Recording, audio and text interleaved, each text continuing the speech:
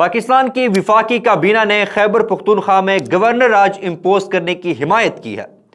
अगर गवर्नर राज इम्पोज होता है तो इससे पाकिस्तान के सियासत पर क्या असरात मुरतब होंगे, इस पर हम बात करेंगे। लेकिन सबसे पहले यह जानना जरूरी है कि गवर्नर राज लगता कैसे है। जब गवर्नर राज लगता है तो फिर सूबे की हुकूमत फंक्शन कैसे करती है।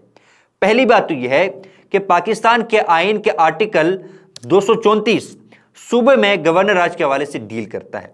जब आप उस आर्टिकल को पढ़ते हैं तो वाजे होता है कि जब 3 क्राइटेरिया में से कोई एक क्राइटेरिया भी मीट होता हो तो सूबे में गवर्नर राज को इंपोज करने का जवाज बनता है।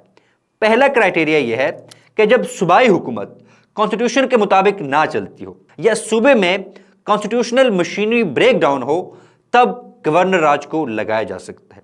दूसरा क्राइटेरिया यह है कि जब सूबाई हुकूमत अपने सूबे में लॉ एंड ऑर्डर सिचुएशन को बरकरार ना रख सकती हो, तब भी गवर्नर राज को इंपोज किया जा सकता है। तीसरा क्राइटेरिया यह है कि जब एक्सटर्नल थ्रेट हो, शदीद किस्म का क्राइसिस हो या फिर पॉलिटिकल इंस्टेबिलिटी हो और सूबा जो है वो कॉन्स्टिट्यूशन को वायलेट करता हो, तब भी गवर्नर राज को इंपोज किया जा सकता है। तो यह बुनियादी तौर पर 3 शराइत है। अब गवर्नर राज को का प्रोसेस कैसे होता है, किस तरह आप गवर्नर राज को इंपोज कर सकते हैं। जब तीनों में से गवर्नर यह समझता है कि एक क्राइटेरिया जो है वो मीट हो रहा है, तो गवर्नर जो है वो प्रेसिडेंट को रिकमेंडेशन भेजेगा कि सूबे में इस तरह के हालात हैं, लिहाजा इस क्राइटेरिया को देखते हुए आप सूबे में गवर्नर राज को इंपोज कर दे। सदर के पास वो रिकमेंडेशन आएगी। अगर सदर से वो रिकमेंडेशन अप्रूव होती है तो वहां से एक समरी जारी की जाएगी और गवर्नर राज को इंपोज किया जाएगा। और जब सदर अपनी प्रोक्लेमेशन जारी करता है, फिर क्या होता है कि आपने पार्लियामेंट से 2 महीनों के अंदर वो अप्रूव करवानी होती है।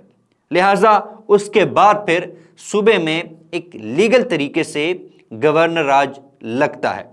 अब जब गवर्नर राज लग जाता है तो जितने भी चीफ मिनिस्टर के यानी वजीर आला के जो भी इख्तियारात होते हैं वो गवर्नर के पास आ जाते हैं। जो सूबाई असेंबली होती है उसको ज्यादातर केसों में डिसॉल्व किया जाता है, लेकिन अगर डिसॉल्व ना भी किया जाए तब भी गवर्नर राज फंक्शन कर सकता है। लेकिन जब भी इस तरह के वाकयात होते हैं तो सूबे में सूबाई असेंबलियों को डिसॉल्व कर दिया जाता है और तमाम तर इख्तियारात जो है वो गवर्नर के पास आ जाते हैं। लिहाजा अगर खैबर पख्तूनख्वा में गवर्नर राज लगता है तो चीफ मिनिस्टर के जितने भी इख्तियारात हैं वो गवर्नर के पास आ जाएंगे। लिहाजा आज हमने आपको इस वीडियो में बताया कि कौन से ऐसे क्राइटेरिया है जिनको सामने रखते हुए गवर्नर राज को लगाया जा सकता है और फिर गवर्नर राज लगाने का प्रोसेस क्या है। आने वाली वीडियो में हम आपको बताएंगे कि इससे पाकिस्तान के सियासत के ऊपर क्या असरात मुरतब होंगे और पाकिस्तान की डेमोक्रेसी के लिए क्या थ्रेट्स जो है वो इससे जनरेट हो सकते हैं।